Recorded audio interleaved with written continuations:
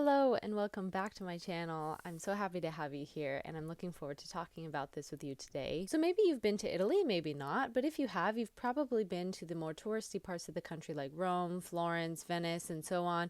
Maybe even a place like the Amalfi Coast, but Calabria, probably not. And I wonder why sometimes people completely skip Calabria entirely, and that's what we're going to discuss today. So in this video, we're going to explore the reputation, the media silence, the infrastructure issues, and some of the other problems that have kept Calabria off of the travel radar, and why I think this might be changing. Let's start with the basics. Let's go with the reputation. Calabria is located at the very southern part of Italy's boot, and it's bordered by two main seas. So we've got the Tyrrhenian Sea on one side and the Ionian Sea on the other side, and then we've got a couple beautiful mountain ranges like Aspromonte and Sila. But despite all of its natural beauty, it has been plagued with a lot of negative stereotypes, particularly the poverty, underdevelopment, and yes, of course, organized crime. For a long time, media has portrayed the southern part of the country, in particular Calabria, to be very backwards and dangerous. Calabria in particular has been seen as sort of remote and rural. This was the way that it was described to me when I originally said that I wanted to go to Calabria and I talked about it with some of my Italian friends. They were like, well, it's a very rural place. It's not that exciting there. What are you going to do there? Some Italians in other parts of the country even look down at Calabria, and they really look at it with a lot of condescension. So part of the reason why Calabria never really took off as a tourist destination, despite having so much to offer, is because it was just simply never marketed, right? We've got other parts of the country like Milan, which is a more industrial city, Rome, which is certainly very historical and well known worldwide, Venice, that has some really beautiful places to visit, the Amalfi Coast, which isn't that much different than some of the places that we see in Calabria. But the thing is that these places have been really well marketed, and so the tourism took off. In addition to this, and I've talked about this in many other videos, the infrastructure makes it quite difficult to travel there. It's not so easy to get there because we do have a couple main airports, and actually they are international airports, believe it or not. So the one in Lamezia Terme, for example, and then also we have the other one in Reggio Calabria.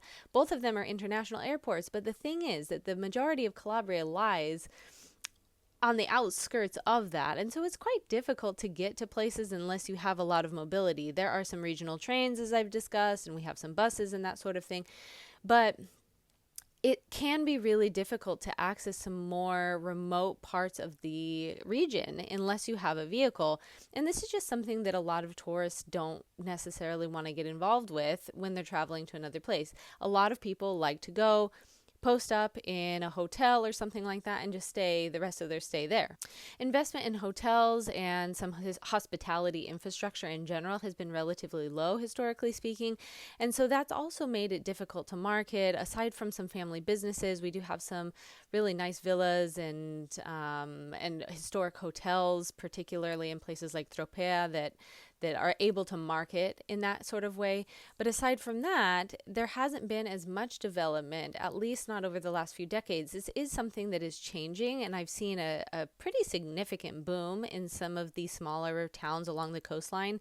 But it has been really, really slow. Now, for those that are willing to go out of their way and explore a part of the country that's quite different from the rest of Italy, we've got over 800 kilometers of coastline. We have mountains, we have national parks, we have really authentic food that I think has been largely untouched by tourism. I mean, if you go to a really, really touristy part of Calabria, then maybe you'll find some more sort of dishes that are kind of geared towards the tourist palate. But in general, we've got a lot of great restaurants and really good small family eateries that are wonderfully authentic. And this is something that's quite different from other parts of the country that I think are really, really marketing a lot towards the tourist palate. Some of the villages are rich with history and tradition, and I just think that this makes for a really genuine experience for a lot of people that want to kind of get outside of the touristy side of the country. Aside from, let's say, the historic zones, like obviously in Rome, we have the Colosseum. That's something that draws millions of people every year.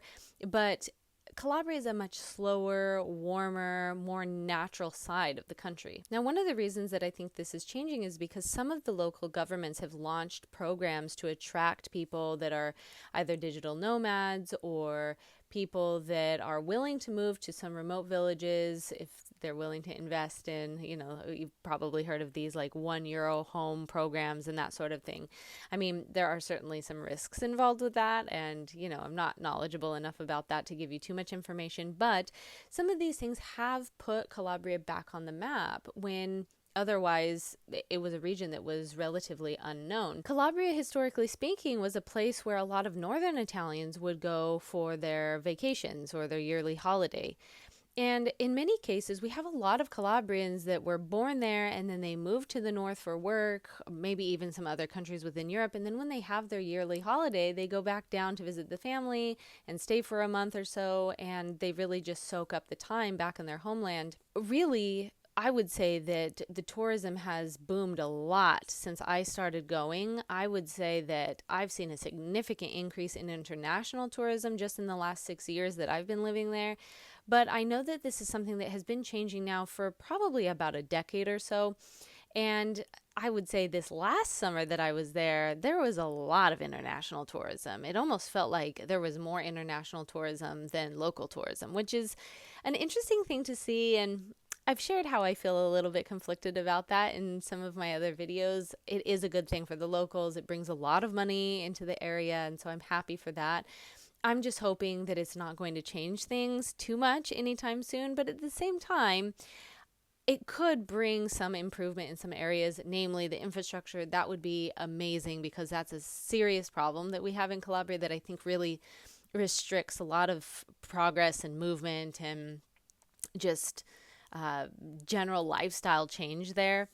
But I really hope that it doesn't influence too much the local traditions and just the general way of life there. I think, in my opinion, hopefully that stays the same. There are some Calabria-based influencers and people that have brought a little bit more attention to the region. So I do think that that has had an influence to some extent. And this has sort of created a new idea about Calabria. We're able to show what Calabria looks like now without all of the stereotypes, without all of the background negative reputation stuff. And I think ultimately showing Calabria in that light is going to make people realize that this is a place that really has a lot to offer. Now, why does this matter? And why do I think it's a bit complicated? So the tourism industry, as we know, when we see it, it brings an awful lot of money, attention, and pride to a place. That obviously comes with a lot of risk, right? Because a place like Calabria is known for its authenticity. So if at any point in time that part of Calabria starts to disappear, then I fear that we might be losing sort of the bread and butter of what makes Calabria so wonderful. I think we're quite far from that just because, again, I don't think that Calabria is as changeable as some other places. Calabrians are pretty stubborn in their ways, and I think that in this case that works out really well in their favor. I think it will be a very long time before things change too dramatically.